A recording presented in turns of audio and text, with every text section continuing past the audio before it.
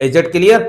इससे आगे चलने वाला हूं। अब इसमें देखना, इस बच्चे को लेकर के ये आ गए, और जब बच्चे को लेकर के आए तो शिक्षा दीक्षा दी, और शिक्षा दीक्षा देने के बाद इस बच्चे का नामकरण करना था, तो चाणक्य ने इस बच्चे की कुंडली बनाई। क्या बनाई बेटा? कुंडली।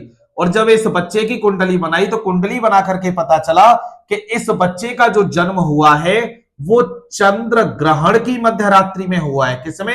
चंद्र ग्रहण की मध्यरात्रि में हुआ है। माता पिता का कुछ पता नहीं, लेकिन कहीं से भी पता चला, किसको? चाणक्य को। और चाणक्य की एक किताब है जिसका नाम है अर्थशास्त्र। अर्थशास्त्र में ही लिखा हुआ है कि चंद्रगुप्त एक शूद्र जाति का था। उस शूद्र जाति का नाम था मूरा। क्या था? मूरा, शूद्र जाति का नाम।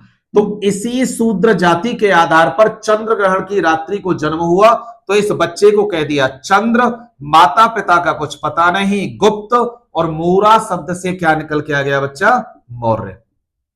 तो इस बच्चे का नाम क्या रख दिया?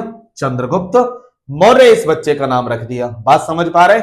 इसका स्क्रीनशॉट ले लो, मुझे आगे बढ़ना है, अभी थोड़ा ध्यान से देखना, और आगे क्लास आपकी कंटिन्यू होती रहेगी, बिल्कुल ऐसे ही सेशन में बने रहेंगे।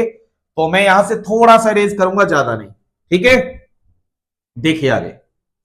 अब होता क्या है कि जब ये इस बच्चे को तक्षशिला में लाए, तो लाने के बाद इन्होंने बहुत सारी शिक्षा दीक्षा दी, और बच्चा बहुत बड़ा हो गया। अब क्या था कि उस समय जो शासन चल रहा था नंदवंश का था, और नंदवंश की जो राजधानी थी पाटलिपुत्र थी। कहां थी बेटा?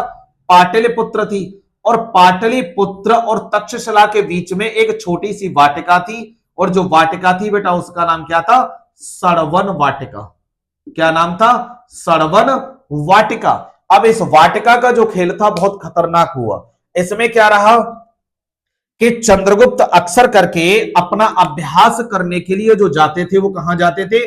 सड़वन वाटिका में। उधर अपनी सहेलियों के साथ जो आती थी, क्या नाम था उसका? दुर्धरा। ये भी कौन सी वाटिका में आती थी? ये भी सड़वन वाटिका में आती थी। अब हुआ क्या, ये अपना युद्धाभ्यास कर रहे थे, और युद्धाभ्यास करते करते होता क्या है कि थोड़ी सी आवाज सुनी कुछ फीमेल की, महिलाओं की। जब आवाज सुनी तो आवाज सुन के इसका थोड़ा सा ध्यान इधर उधर भटक गया। तो चंद्रगुप्त मौर्य जब देखने गया तो वहां पता चला कि ये दुर्धरा यहां पर